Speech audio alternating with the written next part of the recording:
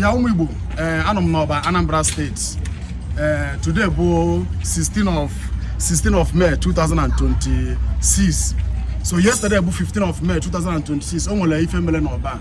Ndu dogashi, but one woman, none a machine, none you know kada. I want to watch my previous video. Muno no kada anga. So because we hear me that praise. So, but if family no now, na wutemu. Unu ga mecha anu ya n'onu ndu mmemme interview unu ga mecha anu kwa n'onu the woman but na these people na deny na ogulu ha bụ that woman. Number 2 na ndị ajele ebe that woman no onye ha gbala egbe je were mmaso ka say as na accident ka o nwere very wickedness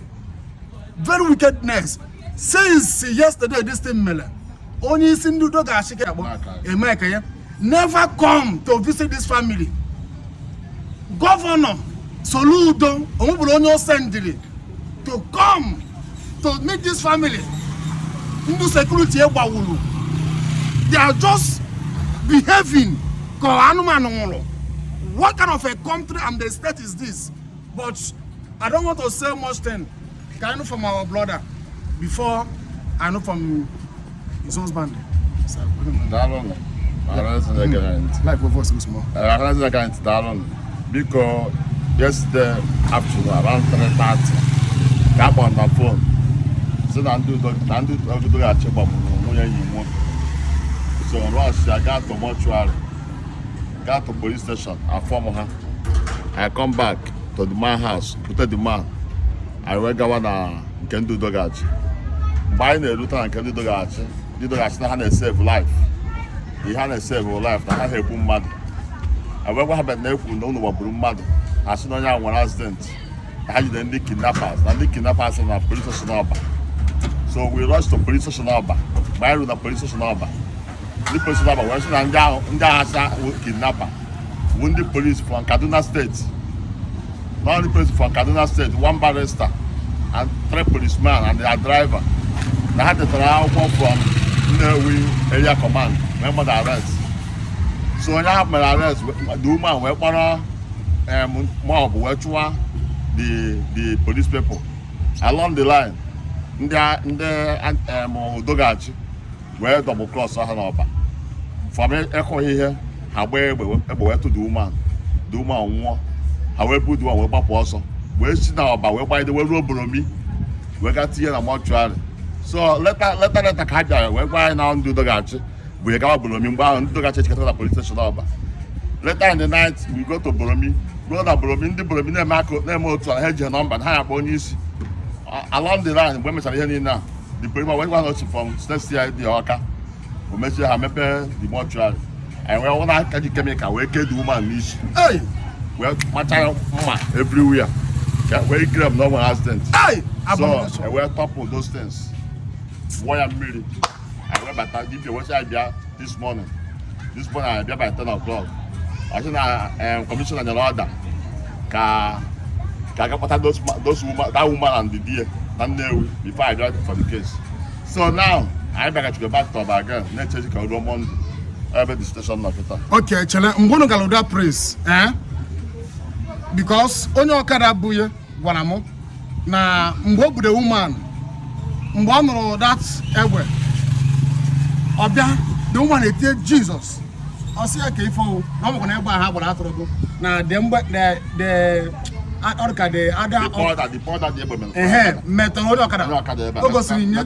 yes, Augustine. So the woman also is the woman to the thing, the woman who does here, that one machine. And the bang, Obunwa Nilu, the machine. Obunwa, the woman, Sina school, but Niluma, I have one bad place. So now, so no believe when I was about. Kahagaruzi will make a word the woman Nilu. And that was the other Bobara. Yes, yes. Well, make a word the woman Nilu. Squassy Manalo. Go where was an accident. Can one approve this? Can what approve this? Yes. Okay, go in the morning. Okay, go in the morning. Cardiac wound accident. But I know about it. Okay, wound. Can the wickedness be far? Okay, focus easy. Can you come? Come. Come. Okay. anyị lutere ebe ọ bụ na fa kechiri nwaanyị a ihe n'isi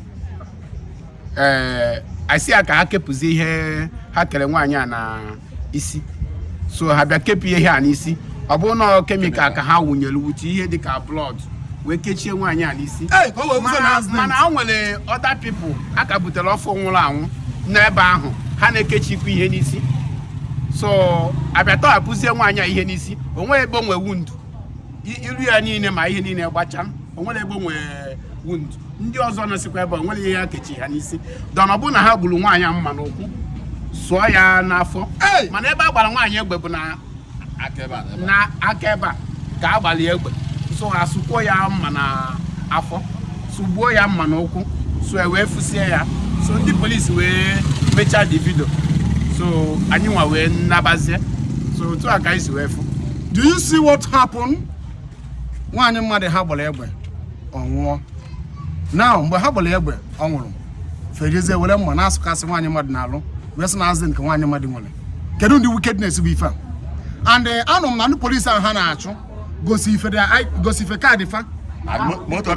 Okay, ndị polisi ahụ ha na-achụ ha gosiri ihe niile ndị polisi ahụ si Kaduna jere na police station Nnewi wee nye ọda na ha na-abịa akpụrụ mmadụ.